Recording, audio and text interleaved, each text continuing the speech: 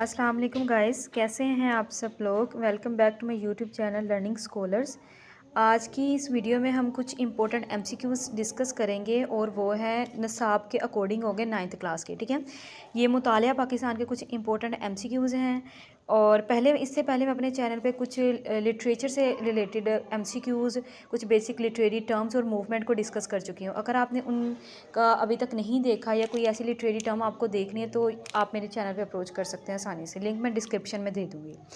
तो अब हम डिस्कस करते हैं कुछ इंपॉर्टेंट एमसीक्यूज़ मुतालिया पाकिस्तान के 9th क्लास के निसाब के अकॉर्डिंग। सबसे पहले मैं एमसीक्यूज़ को स्टार्ट करने से पहले आपको ये बता दूं कि ये जो पेपर होता है ये 50 मार्क्स का पेपर होता है जो स्टूडेंट ने कंडक्ट करना होता है, जिसमें से 10 मार्क्स के एमसीक्यूज़ होते हैं और 40 मार्क्स उनका सब्जेक्टिव पार्ट होता है, जिनके अंदर लॉन्ग क्वेश्चन और प्लस शॉर्ट क्वेश्चन आ सकते हैं। अब ये जो मैंने यहाँ ऐड किए हैं कुछ एमसीक्यूज़, इसके अंदर एक छोटा सा पैटर्न बना हुआ है पेपर का, यानी पेपर की सबसे पहले जैसे आपने रोल नंबर वगैरह लिखना होता है उसका प्रोसीजर का। तो सबसे पहले क्या है कि आपने अपना रोल नंबर हिंदुस्तान में लिखना होता है, फिर आपने लफ्ज़ों में लिखना होता है। दस्तक नाजिम इम्तहान, ये आपका काम नहीं होता, ये जो इम्तहान ले रहा होता है उन्होंने दस्तक करने होते हैं। कुल नंबर 10 नंबर का ये एमसीक्यूज़ होगा। और ये यहाँ पे इन्होंने जो दिया हुआ है ये एक तरह का हम कह सकते हैं आपको ना गेस्ट पेपर की सूरत में, जिस तरीके से हम कहते हैं, या एक ट्राई पेपर हम कह सकते हैं, वो दिया हुआ है कि पेपर को अटैम्प्ट करने से पहले जो स्टूडेंट है इसको अच्छे से देख लें। क्योंकि बाज़ औक़ात ऐसा होता है कि जो 9th क्लास के स्टूडेंट्स होते हैं वो पेपर देने जाते हैं after the 8th class exam, लेकिन जो 8th क्लास के एग्ज़ाम होता है वो टोटली डिफरेंट होता है from that of the 9th class. ठीक है, तो क्योंकि इसके अंदर हमने कुछ ये ब्लैंक्स फिल करने होते तो इसलिए तो ये होते हैं कि ये 15 नंबर का 10 नंबर का होता है ये एमसीक्यूज़। और कुल वक्त होता है 15 मिनट। जो आपने एमसीक्यूज़ लगाना है उसके अकॉर्डिंग यहाँ आपने फ़िल करते जाना है। वो फ़िल कैसे करना है वो मैं आपको तरीका बता देती हूँ। यहाँ 1 2 3 4 लिखा हुआ है ABCD। फॉर एग्ज़ाम्पल अगर मेरा ये फर्स्ट एमसीक्यूज़ है और इसका मेरे पास आंसर ये ऑप्शन 3 ठीक है, तो मैंने यहाँ जाके C के ऊपर दायरे पे यहाँ पे मैंने यानी जो आपको जो अलाउ किया जाता है, बॉल पॉइंट अलाउ की जाती है अकॉर्डिंग टू द रूल्स, तो वहाँ आपने उसे फिल कर देना होता है। ये होता है इस एमसीक्यूज़ के इस हिस्से को सॉल्व करने का प्रोसीजर। तो अब हम कुछ एमसीक्यूज़ को डिस्कस करते हैं। अच्छा, वन मोर इम्पॉर्टेंट थिंग कि जब भी आपने एमसीक्यूज़ को सॉल्व करना है तो ये जो इंस्ट्रक्शंस दी होती हैं ना, आपने इनको ज़रूर पढ़ लेना, ये इंस्ट्रक्शन आपने ज़रूर पढ़ लेनी है। अच्छा, अब हम डायरेक्टली आते हैं अपने मेन टॉपिक पे, वो है एमसीक्यूज़। एमसीक्यूज़ नंबर 1 हमारे पास है, लियाकत अली ख़ान को डैश में शहीद किया गया। ठीक है, तो लियाकत अली ख़ान को शहीद किया गया था, ये याद रखना है कि शहीद किया गया था। 16 अक्टूबर 1951 को इनकी शहादत हुई थी। एमसीक्यूज़ नंबर 2, पाकिस्तान के शुमाल में मुल्क वाक़ है, तो पाकिस्तान के शुमाल में कौन सा मुल्क है? चीन। क्रिप्स मिशन हिंदुस्तान आया, तो 1942 के अंदर क्रिप्स मिशन हिंदुस्तान आया बिफोर द पाकिस्तान के बनने से पहले क्रिप्स मिशन हिंदुस्तान आ गया था। ठीक है, सब कॉन्टिनेंट के अंदर।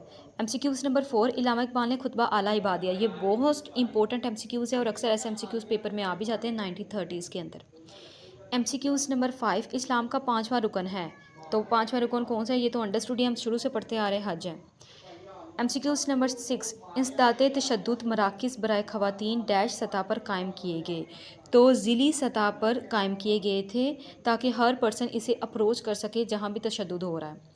एमसीक्यूज़ नंबर 7, कायद-ए-आज़म ने पाकिस्तान के पहले गवर्नर जनरल की हैसियत से डैश के अरसे के लिए काम किया, तो इन्होंने 1 साल 1 माह यानी 13 माह काम किया था।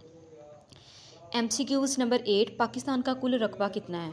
तो पाकिस्तान का कुल रकबा है 7,96,096 मुरबा किलोमीटर, और ये भी मोस्ट इंपॉर्टेंट एमसीक्यूज़ है। ठीक है, MCQs number 9, all India Muslim league के 27वें इजलास की सदारत किसने की? तो 27वें इजलास की सदारत की थी कायद-ए-आज़म मोहम्मद अली जिन्ना ने। एमसीक्यूज़ नंबर 10, चौधरी रहमत अली ने किताब बचा नाउ एंड नेवर कब शाया किया? तो यहाँ तो इन्होंने ये एमसीक्यूज़ भी दिया हुआ है ना, नाउ एंड नेवर, तो इन्होंने शाया किया था 1933 के अंदर, और ये आ जाता है शॉर्ट क्वेश्चन के तौर पे भी आ जाता है। जो आप एमसीक्यूज़ कर रहे हो, जो मैं इंपॉर्टेंट बता रही हूँ, ये आपने अपने दिमाग में रखने हैं। नाउ एंड नेवर ये चौधरी रहमत अली खान का मोस्ट इंपॉर्टेंट किताब बचा था जो 1933 के अंदर शाया किया गया था, ये आपने याद रखना है। नेक्स्ट एमसीक्यूज़, जंग आज़ादी कब लड़ी गई? तो जंग आज़ादी लड़ी गई थी 1857 के अंदर। एमसीक्यूज़ नंबर 2, जंग अज़ीम दोम का आगाज़ हुआ, तो जंग अज़ीम दोम का कब आगाज़ हुआ था? 1939 के अंदर। इसका टाइम स्पेन जाता है 1939 टू 1945 के अंदर। तक, ठीक है। और इसकी डिस्ट्रक्शन बहुत ज़्यादा थी, ये आपने याद रखें। जंग अज़ीम दोम का आगाज़ कब हुआ था, ठीक है। इख्तिताम नहीं पूछा गया, अगर इख्तिताम पूछा होता तो फिर 1945 लगाते, लेकिन यहाँ आगाज़ का पूछा गया है। इस्लाम का चौथा रुकन कौन सा है? ज़कात। 1930 में मुसलमानों को अलग रियासत का तसव्वुर किसने दिया था? तो ये तो अंडरस्टूड हम शुरू से पढ़ते आ रहे हैं, इल्लामा इकबाल ने। MCQs नंबर 5, 1946 की अबूरी हुकूमत में कितने मुस्लिम लीग वज़रा शामिल थे? तो कितने मुस्लिम लीग वज़रा शामिल थे? 5। MCQs नंबर 6, वहदत मगरबी पाकिस्तान का खात्मा कब हुआ? तो वहदत मगरब, वहदत का मतलब आपको पता है ना, यूनियन में, तो खात्मा इसका कब हुआ था? 1917 के अंदर। MCQs नंबर 7, हेल्पलाइन का नंबर जो नस्वानी तशद्दुद के मुकदमात की रिपोर्ट के लिए इस्तेमाल किया जा सकता है, तो कौन सा वो नंबर है? वो है 1043 यानी 1043।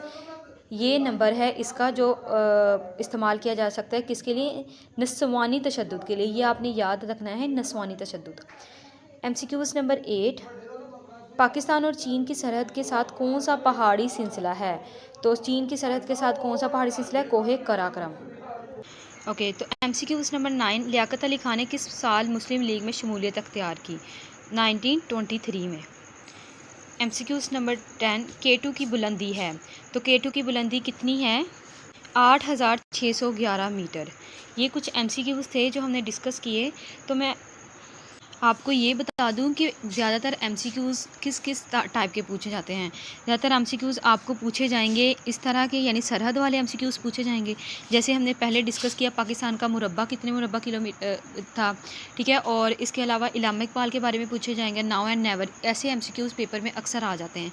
इन MCQs को आपने अच्छे से ना याद कर लेना है।